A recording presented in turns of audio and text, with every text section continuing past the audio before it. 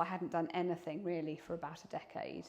So I used to run quite a lot. I did sort of 10K runs and stuff like that. I've never been a gym person. I prefer swimming.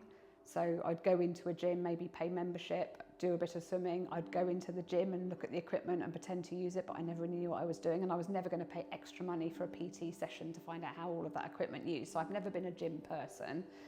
But the safety part of it and the trust that I felt by coming here, it was like instant. I knew I was in safe hands. So I would just literally come in and do everything you told me to do. And I wouldn't worry that I didn't understand it, just knew that I trusted you guys to do that. But there was never anything beyond that. In the gym, good. Outside the gym, leave me alone. So I would literally leave and I would go home and I would have like 2 pieces of sourdough toast and peanut butter because I'm like, I can, because I've just been at the gym for an hour, so I'm allowed, and that would be my attitude. I didn't go mental, but drinking, eating, bad habits were just there, but I didn't recognise them as bad habits. I just thought that was normal, and that was the way I saw it. Like, you don't need to get involved in that part of my life, Carmen, thank you very much.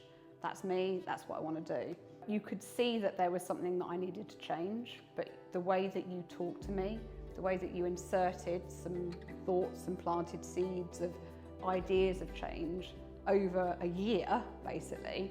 And I've talked about it, haven't I, about saying that you were, relentlessly gentle and persistent in the way that you kept talking to me about some of those habits that could be changed and the challenges that you sort of put in my head. I think it was probably like, like the 5th in-body where I'm like, nothing's happening. It was like, that number's not changing. Like, it's still a C, not a D, or whatever it's supposed to be. Things weren't happening in a way that I thought that they would.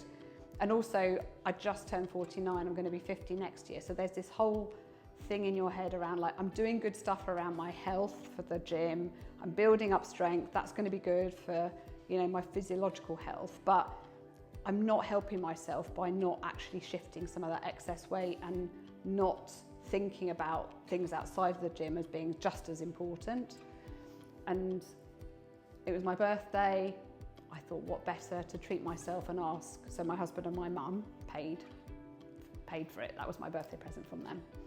So I wish there was a recording of me and the absolute rubbish I was spouting to you, to Cara, to my husband, to anyone who would listen. I was basically saying, I'm going to do the 10 weeks and I'm going to shift a load of weight, and then I'll probably just go back to what I was doing before. Because I didn't really think that I needed to do anything longer term. I just thought I was going to maybe sort of tweak a few things, change a few things.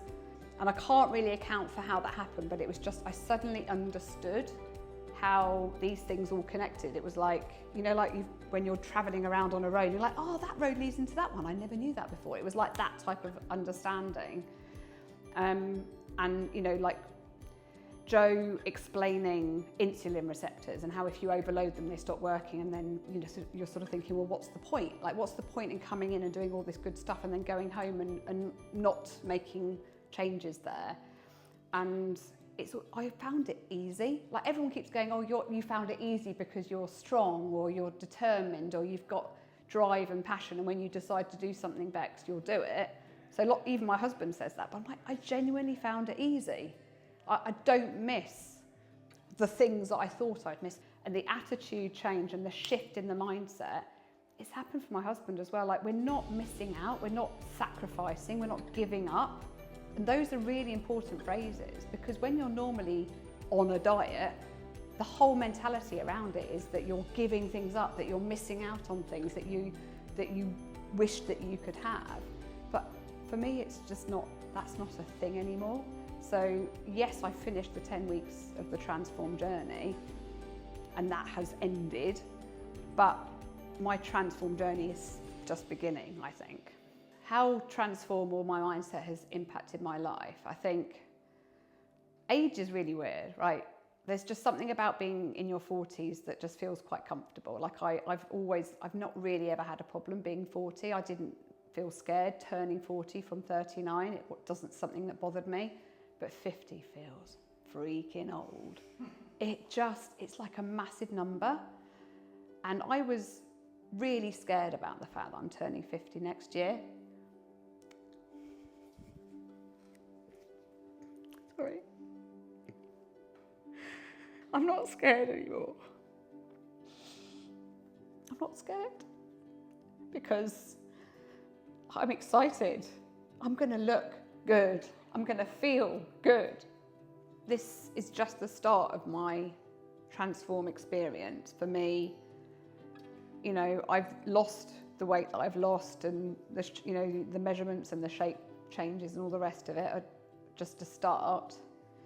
But it's just also the energy that I feel, you know, being able to sleep more soundly, the physical ability, you know, like my youngest child is, you know, 9, nearly 10, you know, the fact that I can run around in the park and kick a ball and my knees aren't buckling in and I'm not panting, and, you know, I don't feel like a big heifer lump, you know, sort of chundering after him and trying to keep up. You know, I'm like, come on, let's run into the sea when we're in, you know, in Cornwall. Come on, let's kick a ball around. You know, jumping into the pool on holiday and not caring about the floppy bits and all that sort of stuff. And that just changes things, like, because it just changes your perception of yourself. It changes the way that you feel about yourself, the way that you think the world perceives you. And it's not about being, you know, sexy or good looking or any of those things. That helps, but it's just feeling like you're not this weird old version of yourself that you felt that you'd become. That's where it had got to with me. I felt like I was getting old. Yes, okay, chronologically I'm getting older, there's no denying that, but I don't feel like I'm getting old in the way that I feel in myself, because the changes I've made already mean that I feel different already, but it's just knowing that I'm going to continue to feel better and better and better, as opposed to worse and worse and worse and worse. Because I've had the knee problems that, you know, sort of were there and plaguing me.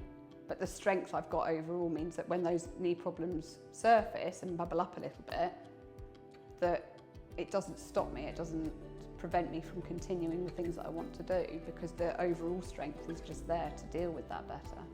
It's hard, isn't it? But, you know, I was that person saying that. So I talked right at the beginning around how Cara had, you know, similar to you, just been like, you know, relentless but gentle in her continuous, like, well, just come and try it out, you never know, you might like it, just come and try the gym. And it's the same, you know, for other people. I hear the things they're saying, I hear the excuses they make, I haven't got the time. And I'm like, man, like, I work 5 days a week, 2 of them in, you know, in London. I'm a trustee of a charity, I've got 3 kids. You know, I'm mentoring like 8 people in my industry. I speak at events, I write articles. Like, you know, I have very, very little free time, but 1 hour, 3 times a week from 8 till 9, simple, easy. I can do that. I do it on the days I don't travel into London, and I make it work. Everybody can find the time if they want to. It's just another excuse. So I don't believe in that excuse, but I understand where it's coming from. But you need to be ready.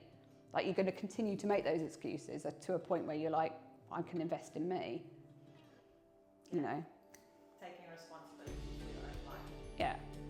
And just seeing that it can make a difference. I think that's the other thing as well. Like, if you don't think coming here and making a change in your life is going to make a difference, you think it's just like ticking a box and feeling good about yourself for a moment, but ultimately not actually making any real changes to who you are and how you feel, then fine, of course you're not going to prioritise it. But if you genuinely believe that coming here and making a change in your life and the decisions you make, and making better decisions, is something that is possible, if it's possible that it will make a difference, then it's easier to prioritise that then, because there's a reason to do it.